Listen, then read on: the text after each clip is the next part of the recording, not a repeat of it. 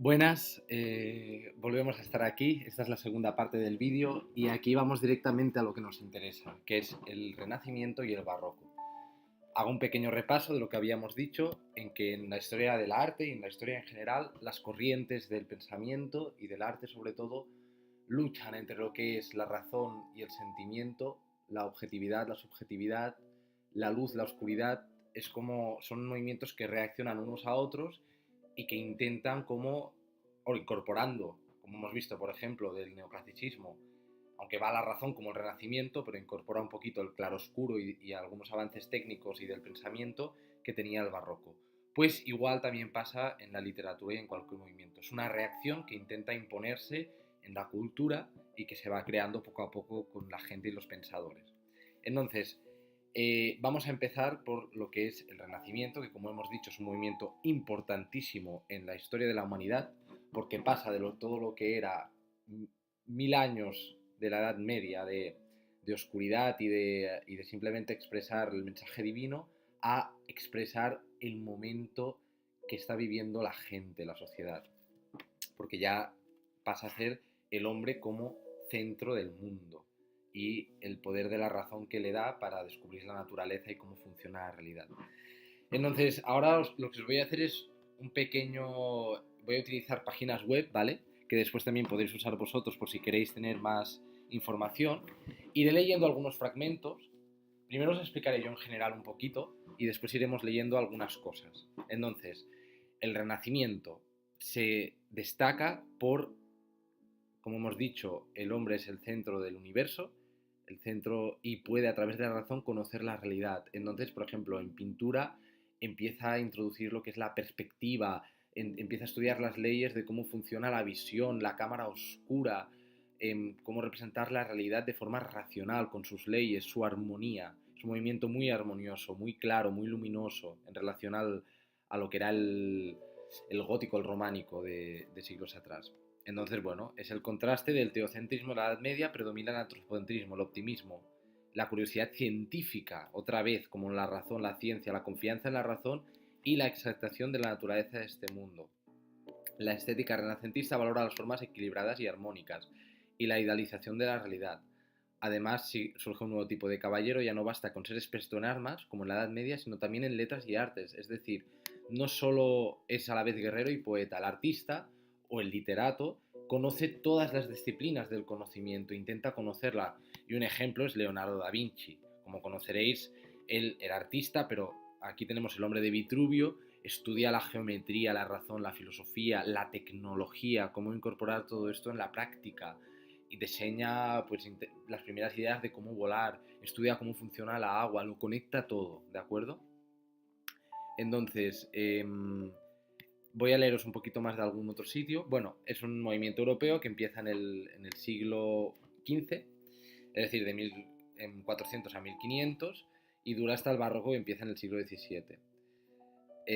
Después tenemos aquí esta página. El Renacimiento es un movimiento cultural, económico y político, como veis es global, que surgió en Italia en el siglo XIV, algunos lo sitúan en otros momentos. Esto es de significados.com Renacimiento, os voy dando las fuentes. Y significa volver a nacer de la cultura de la Grecia y la Roma.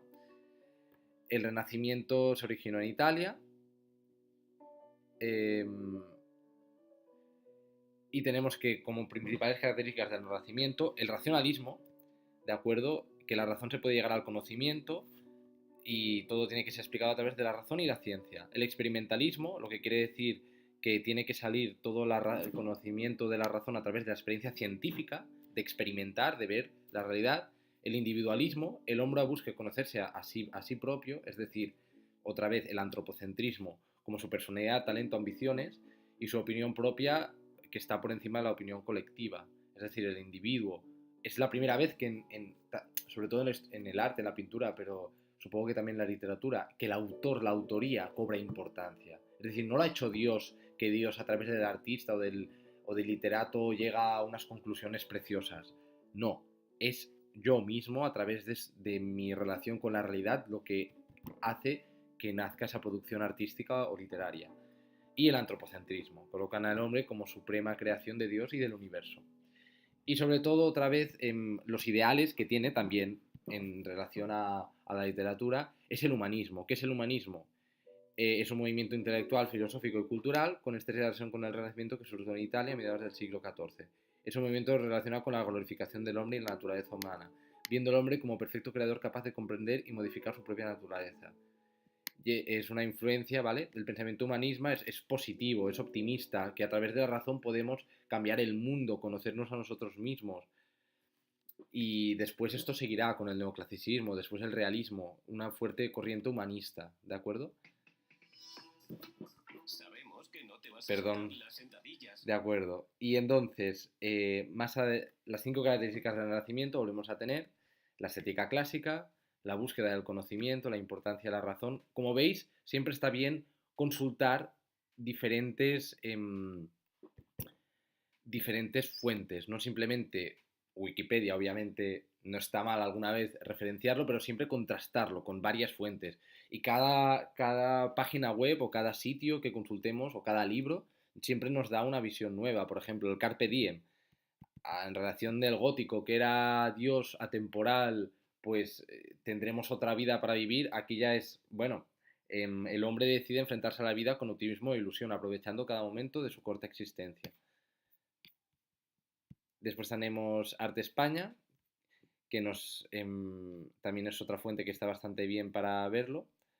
Eh, Emplea la razón como conocimiento y busca la verdad a través de la reflexión personal y de la investigación.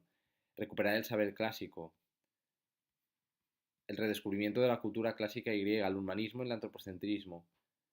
¿Vale? Entonces, el arte deja de desempeñar exclusivamente funciones religiosas y aparecen nuevos géneros y temas como los retratos, el desnudo, el paisaje. ¿De acuerdo? Y ahora sí que querría enseñaros algunas obras del Renacimiento. Como podemos ver, esta es la Gioconda también de Leonardo da Vinci, ¿de acuerdo? Y esperad un momento porque creo que en algún momento... Renacimiento en literatura. Aquí está bastante bien.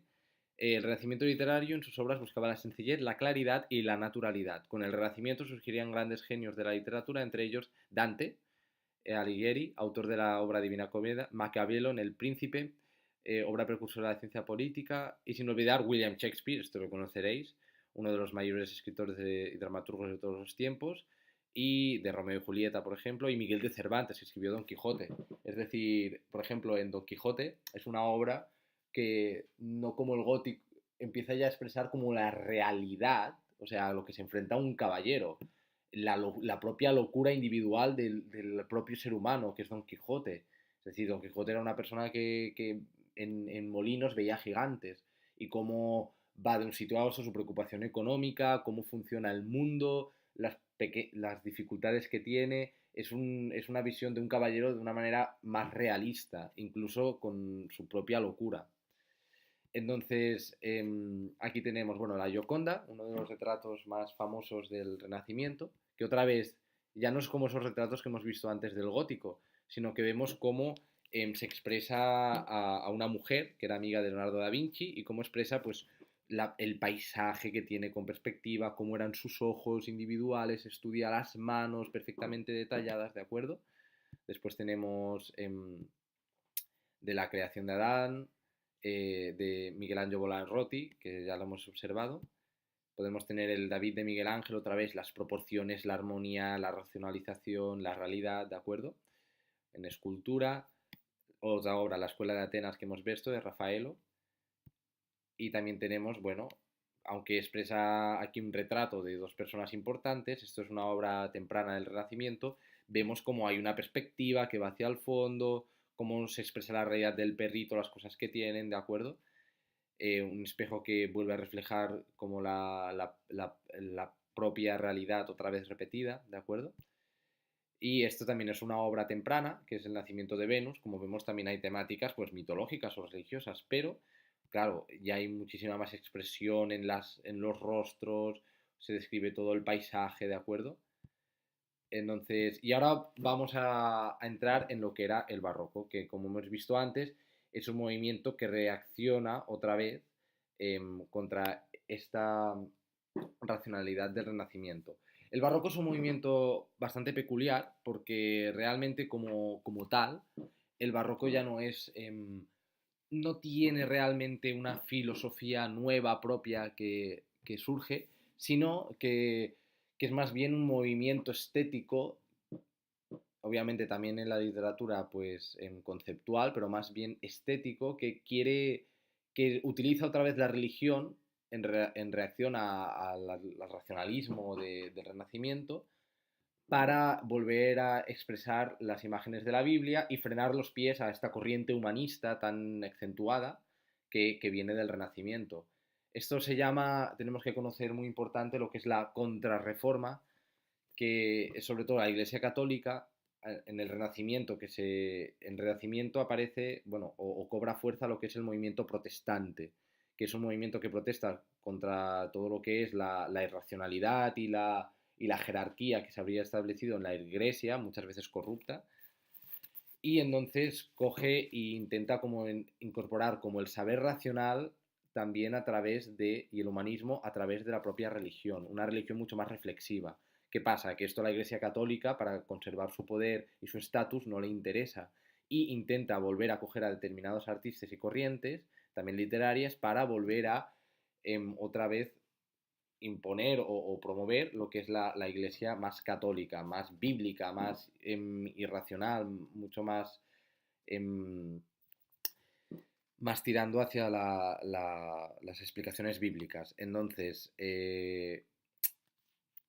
el barroco es un movimiento que tiene muchísimo de esto. De hecho, la religión vuelve a ser muy importante. Lo único que ya incorpora como muchísimas otros aspectos que se han incorporado en el Renacimiento, es decir, la observación de la realidad, de la naturaleza. Si ponemos alguna obra del barroco en pintura, ¿veis? O sea, aquí ya no es como el gótico, que son figuras planas, sino que es toda la observación de la anatomía de las personas, ¿vale? Pero con una temática fuertemente religiosa. Entonces, el barroco es el movimiento artístico y cultural que se desarrolló durante el siglo XVII. Pero desde un punto de vista temático, esta obra se mantiene en los temas típicos del Renacimiento, tratados con un profundo pesimismo existencial, derivados de la enorme crisis económica y social de la época. Para ello, la brevedad de la vida y la idea de la muerte es una constante en esta literatura. La estética barroca busca el dinamismo, el contraste y la exageración. Ya no busca lo que habíamos dicho el Renacimiento, el equilibrio, la armonía y lo que es real, sino que lo exagera. De hecho, lo más importante que tenemos que aprender en arte, ¿vale? En pintura, es la aparición del claroscuro. Es decir, las figuras claras, o sea, la luz, un fuerte contraste con la oscuridad del fondo. De hecho, ya no hay perspectiva, ya el fondo no es importante, la realidad, sino simplemente las figuras y lo que se intenta narrar con estas figuras. Entonces, volvemos un poquito a la definición que teníamos. El lenguaje literario rechaza la sencillez y el equilibrio renacentista, cambio de expresiones cargadas de ingenio y originalidad. Destaca el gusto por las imágenes que muestran la oposición de contrarios, la acumulación de recursos retóricos, los juegos verbales o las exageraciones, llegando incluso a la deformación o la caricaturización de la realidad. La poesía barroca se extiende en dos grandes tendencias estilísticas: el culteranismo, representada por Luis de Góngora, y el conceptismo, cuyo máximo representante es Francisco de Quevedo. Otro prolífico e importante autor es Lope de Vega. Entonces aquí podemos ver cómo en realidad, aunque fue una época muy oscura, en tema incluso estética artísticamente y con una crisis política, ¿vale? Sí que es el siglo de oro español que se le llama, es decir, toda esta oscuridad y esta religiosidad acaba haciendo que en el arte surjan cosas, expresiones muy bellas que gustan mucho a la cultura española. Y por eso acabamos llamando el siglo XVII siglo de oro español, porque en el tema literario se avanza muchísimo. De hecho, en el artístico también hay como autores españoles muy importantes. El mayor representante que veremos es Velázquez. Aquí lo vemos, un pintor que refleja la luz y la oscuridad de una manera muy realista y que se avanza a mucha... Es, después autores de movimientos de mucho delante le encantará Velázquez y lo recuperarán. Entonces, para leer un poquito más, ¿de acuerdo? Un poquito sobre el barroco. Definición del barroco: fue un movimiento artístico y cultural desarrollado en Europa en los siglos XVII y en parte del XVIII, que abarcaba no solo pintura, como vemos es global, las formas irregulares. Barroco realmente es en el tema de la arquitectura, son cosas muy cargadas, muy ornamentales. Ya no es algo muy claro y muy em, armonioso, sino que es algo muy sencillo, sino que es una estética muy recargada, con muchas curvas, con horror vacui, o sea que todo tiene que estar lleno, ¿vale? Eh, con confusión, que refleja también esa crisis del momento, lo extravagante, frente a lo elegante y lo refinado, ¿de acuerdo? Entonces, predominio del arte decorativo sobre lo estructural. Le intenta como una estética, ya no simplemente como la estructura de la realidad o de la razón. Sensaciones de movimiento y tensión, este juego, ¿vale? Por tanto, en el barroco, vamos a ver si encontramos algo de literatura. La literatura barroca fue donde las letras castellanas presentaron su momento de máximo esplendor, empujadas por el espíritu de la contrarreforma, como hemos visto. Con respecto a la música, estuvo marcada por innovaciones estilísticas y técnicas que permitieron la creación del nuevo género de la ópera, la aportación de elementos del clasicismo, la música instrumental, también en lo que es en la música. El barroco, en sus más amplias, fenómeno complejo, ¿vale? Cláusulas político-religiosas, que está relacionado con la contrarreforma, contra la severidad iconoclástica del protestantismo, de la Iglesia Católica, que utiliza el arte de esta manera. Entonces, obras del barroco. Vamos a ver, por ejemplo, tenemos que conocer sobre todo a Caravaggio, uno de los principales artistas, que empieza a expresar un montón de obras, pero como ya muy sangrantes, ya no es algo, es como un poco de casi visceral. Veis aquí como viendo la costilla de Jesús, es como todo una cosa muy oscura, hasta incluso un poco macabra, hasta incluso, depende de qué obras miremos. Pero también como que pretendía como, de alguna manera también refleja la realidad del momento, pero desde una perspectiva mucho menos trascendental, en el sentido racional, sino como más cotidiana, como la espiritualidad en las pequeñas cosas de la vida, como aquí que vemos esta obra de Velázquez, vieja friendo huevos, o sea, tampoco se ha matado mucho en el título, como vemos, es bastante irreflexivo, porque quiere quitar esta importancia a la razón y darle más importancia a momentos religiosos.